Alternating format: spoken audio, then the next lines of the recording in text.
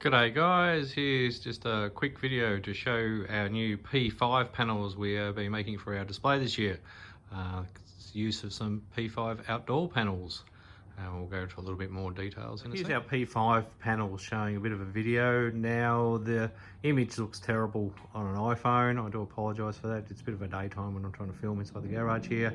It looks a lot better in real life. So some basic specs are it's 7 panels across, 8 panels down. So these are P5 outdoor panels.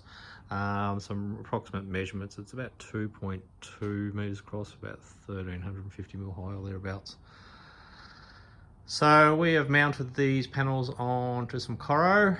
So the outdoor panel is waterproof on the outside, but the back side still needs to be sealed up. We will give you a bit of a look on the back of it in a minute.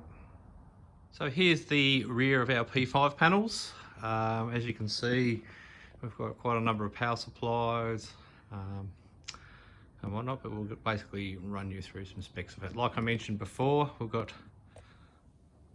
7 panels across the top, 8 panels down to give us a total of 56 panels. Now these are outdoor panels, so we are trying to utilise them as they're manufactured with the outside of the panel exposed, but we are sealing the rear of the panels up in just a fairly basic timber frame, and we'll have a sheet to go on the back, which I'll show you in a minute. So how are we mounting these panels to the Coro?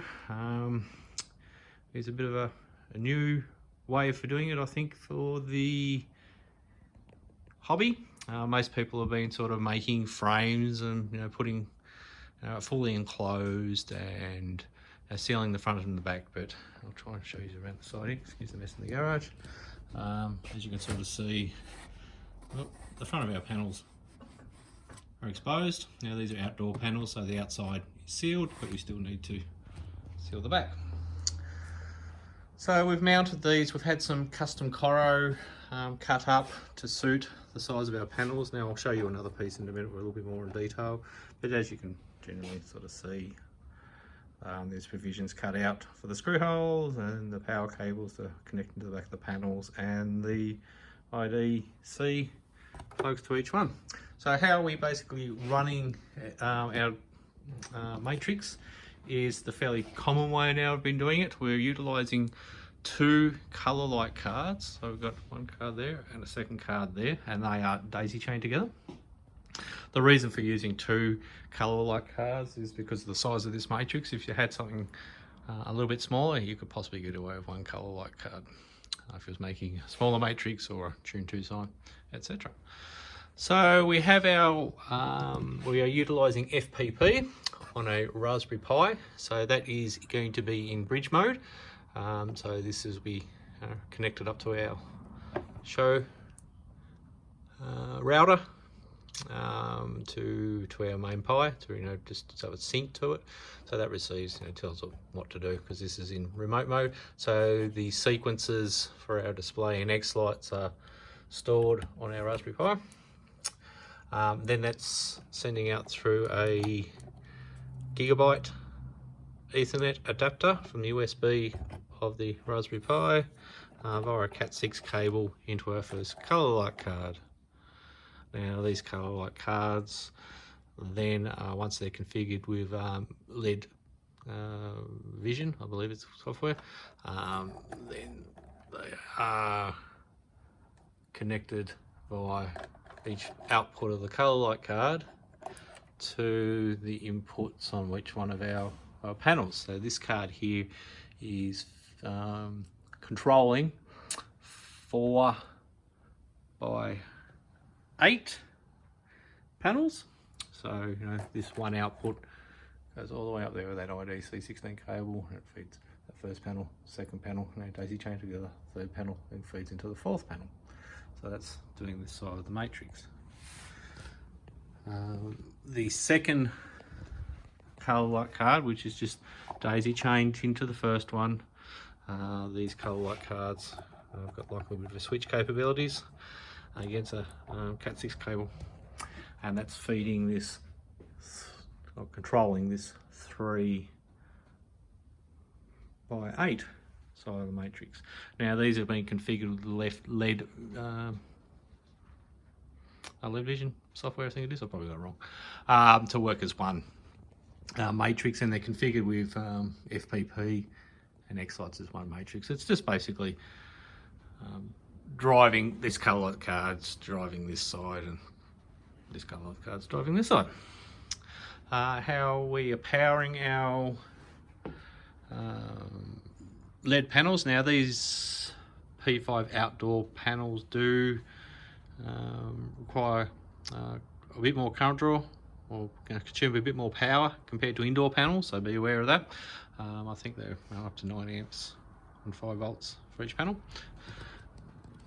So we've got our mean wheel power supplies, we've got some power distribution and a fuse set up. These are the power supplies mounted off some 3D printed brackets. A bit of a shout out for Daryl for letting me steal his designs for this and sending it to me. That's into each, power into each. I'll cut the panels out. So you can see we've got a number of panels supplied off a number of power supplies. Now you could alternately do this with a larger 5 volt power supply, but these mean wheel type are generally the ones which have been used in this hobby, so that's what I've decided to go with. So that's essentially how we've got our panels wired up, configured. Now there's lots of YouTube's information regarding the hobby on how to configure that. This video is not going to go into that, it's just basically showing our build. So we'll show you in a minute how we're going to try and seal the back of this matrix up. So we are essentially going to be using a piece of Coro to seal the back of this matrix up. We'll fit it up. We'll seal each corner, and around. We've got some brackets to go around to help seal it up. Fairly basic. One thing really be important to be aware of our matrices is to get some ventilation happening. These power supplies do generate a lot of heat. They under a considerable amount of load with these P5 panels. So we've got 3 vents at the top. Each one has a fan on them. Now these are 90mm vents, and then we've got some vents to draw some cold air in. We'll suck it out of the top. Now we've got a large hole over there, and we'll show you what all that is about in a second. So regarding that large hole that was in the back of our backing of our matrix, you can sort of see we're trying to incorporate a access panel. So if we need to get to our Raspberry Pi or anything, now this is only just been temporarily fitted up so we can video. I've got some more screws and stuff to put in. Yeah, so you can sort of see we've got our Raspberry Pi there. Oh, that's just the power wires to hook up to our fans there. There's our fans, which will be in our vents. So I'll just mock this up for this video.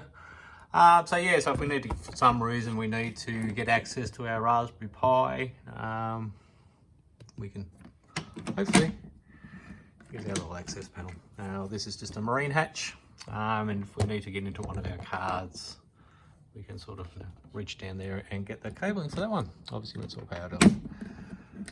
So that's what we're going to try to do for the back of this matrix. All right, guys, we'll show you how we're mounting these panels to some of this Coro. How are we mounting these P5 outdoor panels?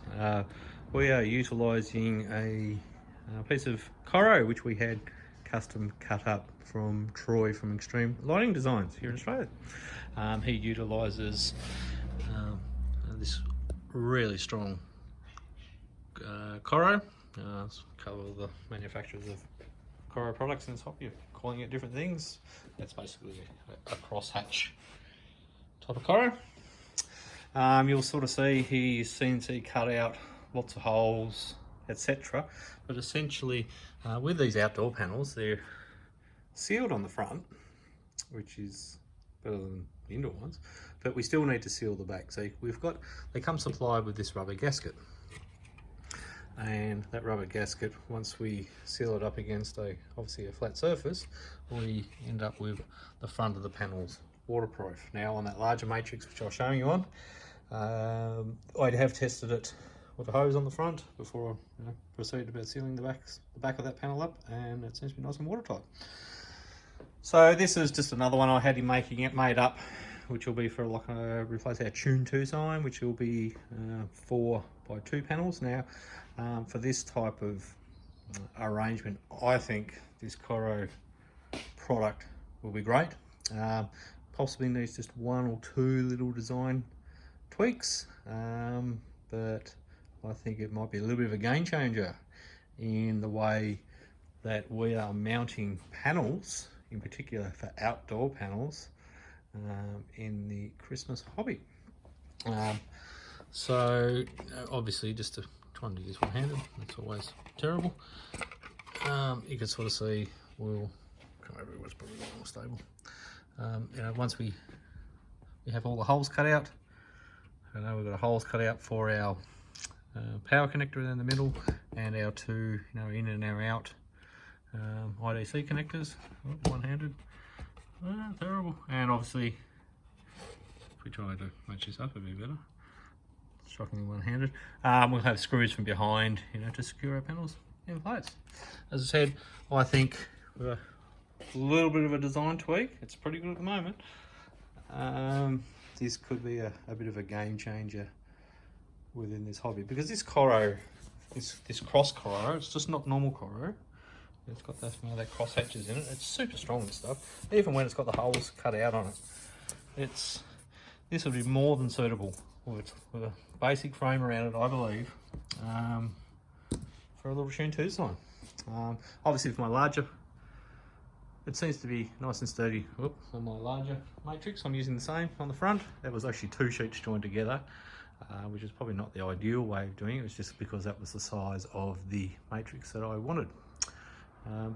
But anyway, guys, that's how we are mounting the outdoor panels. Now, obviously, this setup is not suitable for indoor panels, which a lot of people seem to be using, because the front of them aren't waterproof. The reason why we're using the outdoor panels, because we are in Australia and there's a fair bit of heat build-up happens when a fully enclosed panel matrix, and we've heard that people are getting some LED failures, you know, in the front of on the panels, in particular when we're starting to, on the indoor ones, when you're putting, you know, encasing the front of it in an acrylic type of front and not venting them sufficiently, yeah, you're hearing of some failures. So we decided to field the guys in Australia using outdoor panels, and that's what we're using. Alright guys, thanks for watching.